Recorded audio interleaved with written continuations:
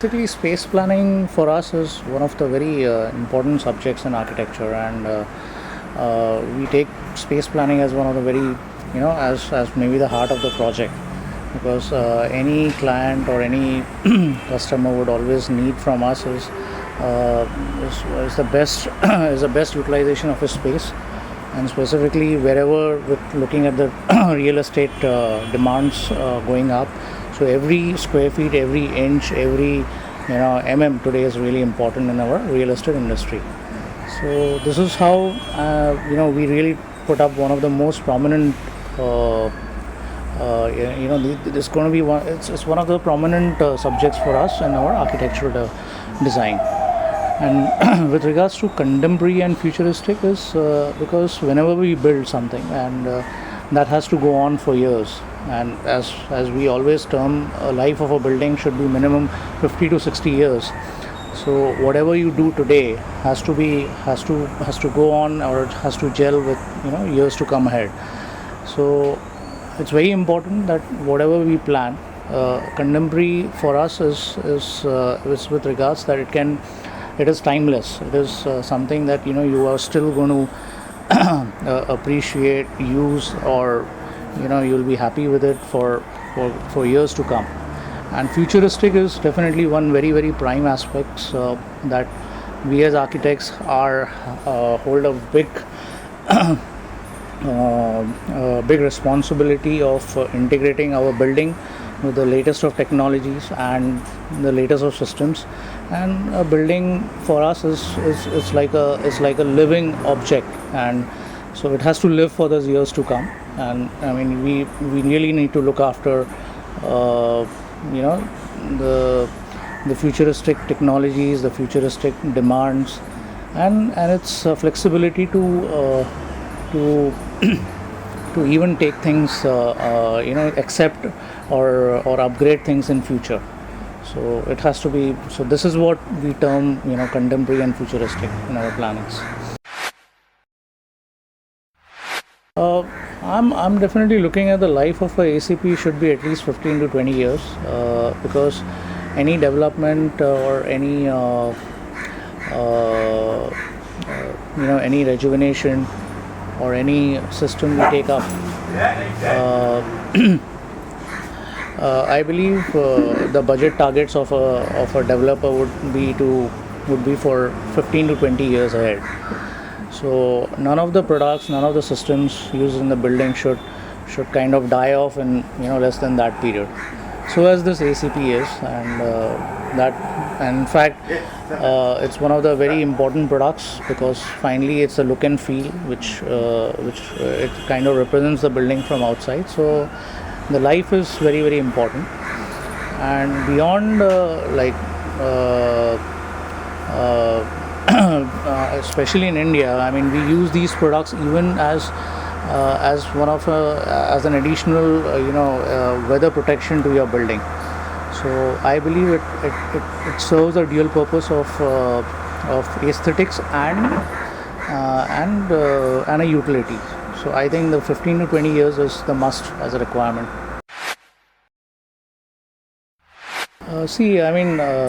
Vijay Punjabi Consultants is a name which is as of date it's more than 35 years in the industry, and he was a principal architect who had finally who came up with this firm. And it was the inheritance and the next generation which has taken over this office.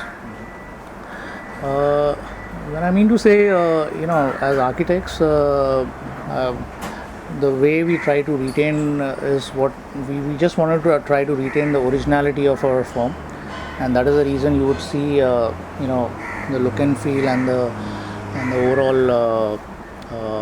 The office is almost as same as what was there in 35 years ago. Rather, tradition is something that Mr. Vijay Punjabi he had set up with this firm with certain values, certain principles, and one of the key values or principles I would say is that he maintained he really made big efforts to ensure that we always are upgraded and upgraded in our information, upgraded in our skills, and upgraded with the latest of developments in the architectural world. So this is what we take care, and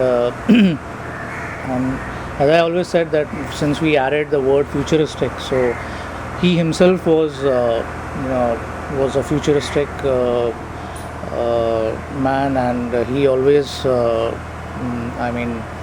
he led the foundation stone, and so on. We are going ahead, we are continuing with it. So the principles have remained so far with us. While tradition, I won't say it's a marriage of tradition with a contemporary or something, but it is, we are just valuing the originality of the firm. That's what we are retaining with it. Well, so I believe that heritage has its own value, has its own charm, and I would certainly like to retain, with the heritage values of our city, because we can build, new buildings and as many as we want, and how beautiful we can do, but we will be, what is something very important for us and which may not, remain with us in future if we don't take care of it, is our heritage values. And I believe somewhere down the line, we are very much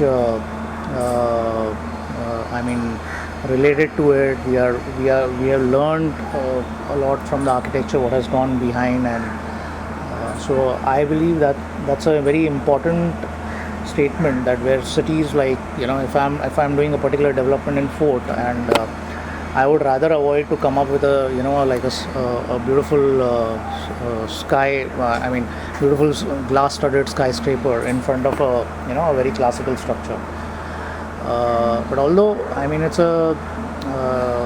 we need to really strike a balance between the two, and and really I believe certainly we should retain the heritage values of our city, of our country, and so on. While of course there are a lot of other developments which eventually can be taken up into modernist and contemporary developments, and those are dependent on a lot of other factors too. What is the need of the society, what is the requirement of the society. I can't just give a beautiful glass-studded building to a residential apartment where maintenance would be an issue, wherein culture won't would gel with the requirement.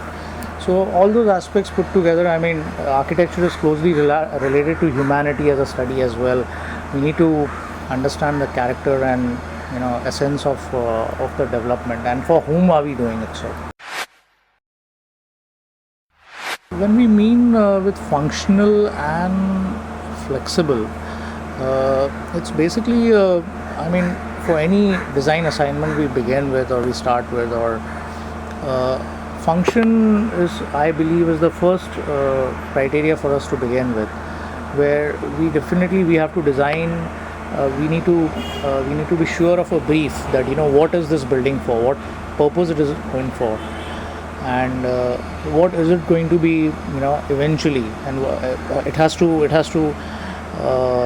be basically the crafted for the need of the client. So all those functions put together is somewhere it has to then originate into a design, and it has to then crafted into a design. And flexible is something that there are a lot of aspects in a design, in a brief. When if I am being an architect, if I want to build a building for myself, I may not be able to to maybe write a brief for a design brief for my building on a day one.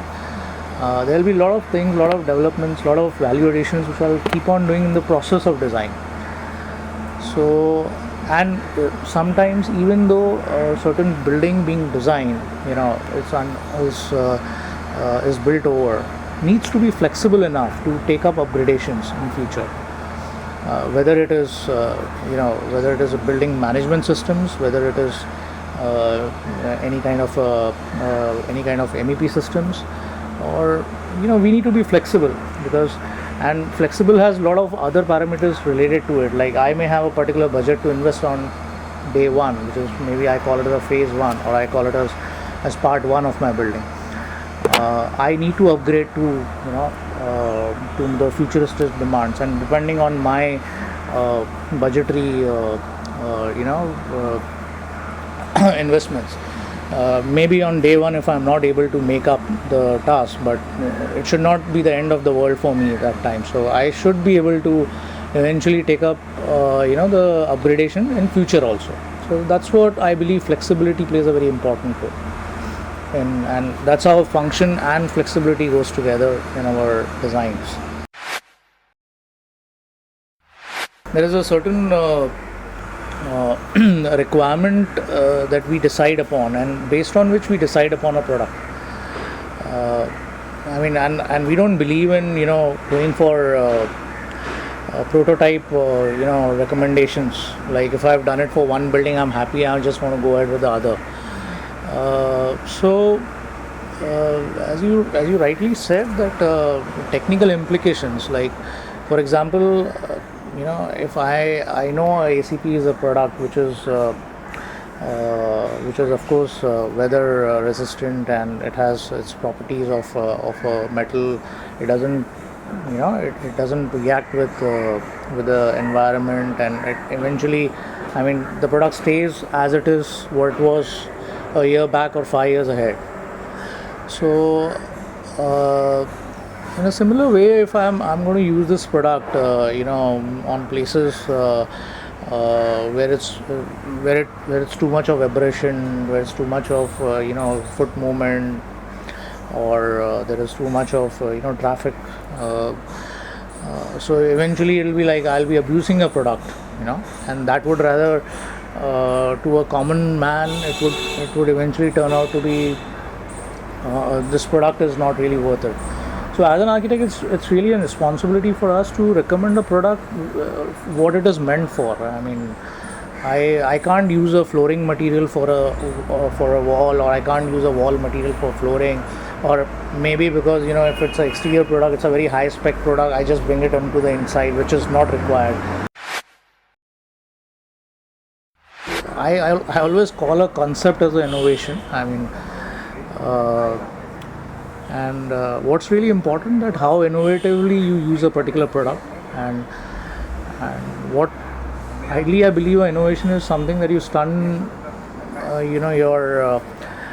you're stunned with the design ability or design ability from which a particular product is crafted. So I believe when it's an innovation, when it's a building innovation, or I call it an innovation in a building, for me, I would not just say, I may use a particular product in a different way. Maybe I'll just apply it in a different way. For me, that's not innovation.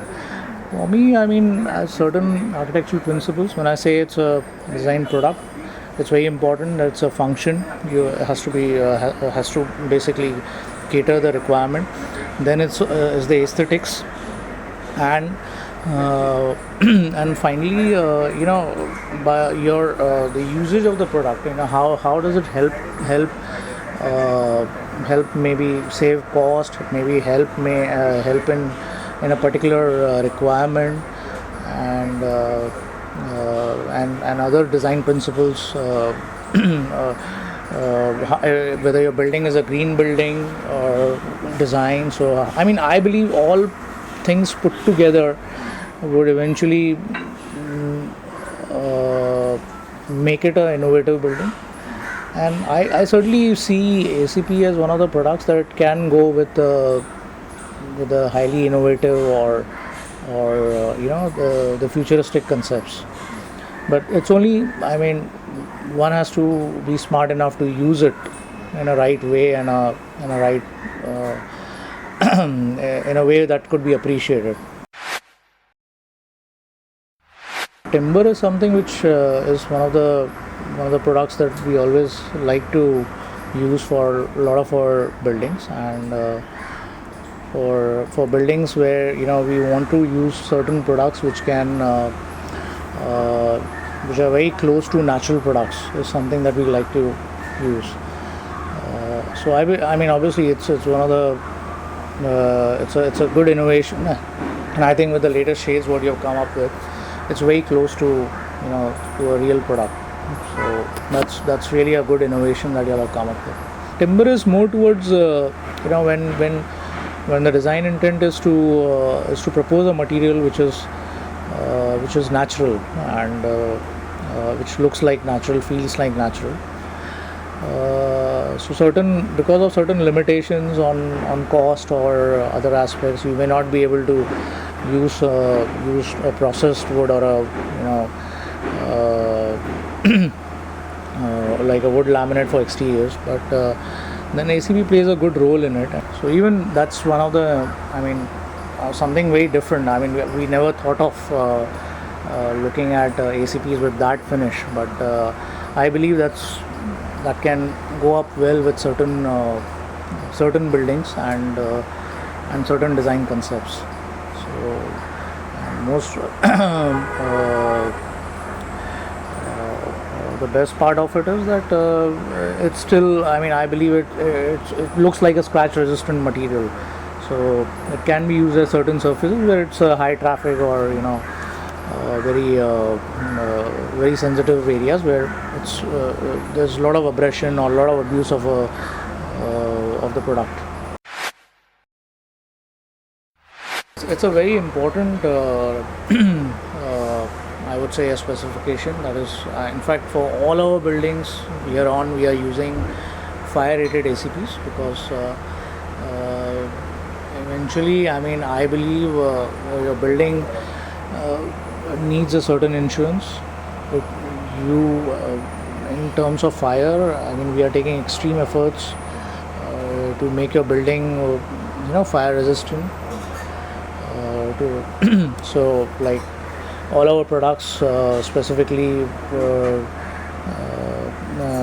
say it's doors, say it's walls, or say it's facades, all those things, we are trying to maintain a 2-hour fire rating principle. And as we all know, being in a city like Mumbai, where in case of a fire, even a fire engine which may be 4 kilometers away from your destination may take 1 hour to reach by. So a fire rated product for the cladding of a building is very, very important, because I have seen certain accidents where because the facades have failed to resist the fire, and ACP is dripping, and that has caused injuries to people. The glasses are they are just falling because we are not able to resist the fire. So maybe at times we are totally successful in evacuating people, but it is these accidents which eventually take away some lives, or because of products which are being not correctly recommended. So for all our buildings here on, in fact rather some years ago we have already started using fire rated ACP.